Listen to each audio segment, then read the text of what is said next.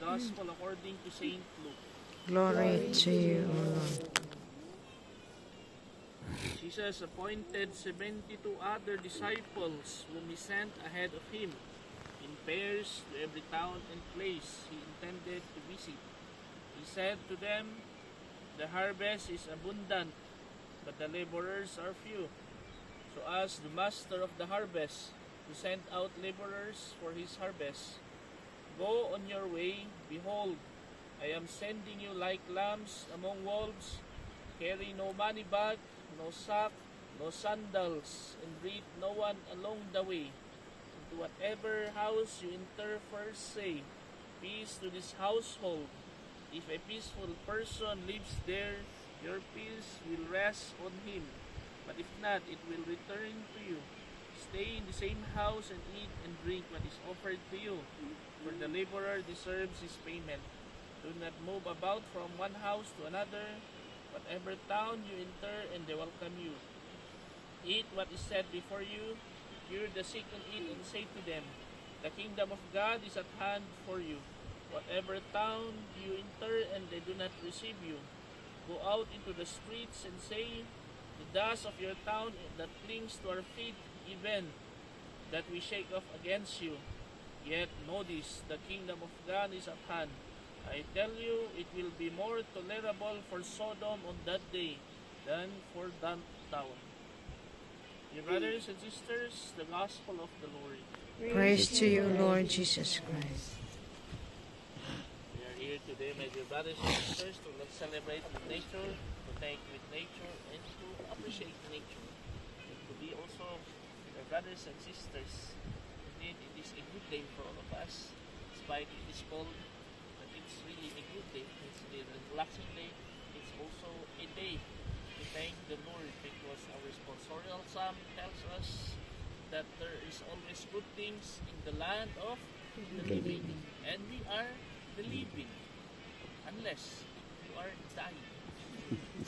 Unless you died already, that's why we can already see the goodness of the Lord. But here in the land of the living, we can see the goodness of the Lord.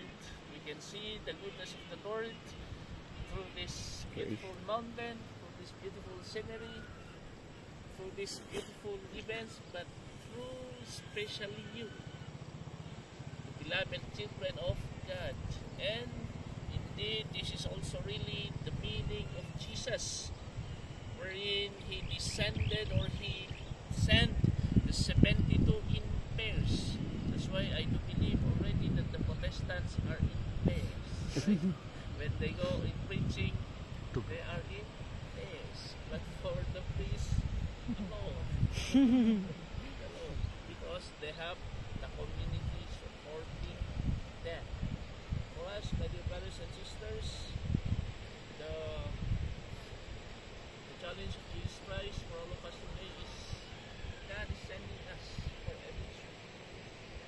God is sending us for a specific mission. We have a mission to fulfill, a mission to our family, a mission to spread the word, a mission to celebrate life, a mission also for the things that for others also really we understand Jesus.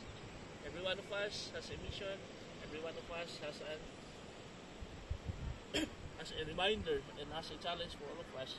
But along the way, my dear brothers and sisters, when we go for a mission, let's always remember not to bring anything. Not to bring anything, but I remember Brother Boo. But they have everything. Because they have the big maleta. But I believe because they did not yet go home for 2 months. And they are very excited to go home on October 15th, but suddenly someone called yesterday and they will just be staying only for 2 days there in Cebu and then going again to Butuan.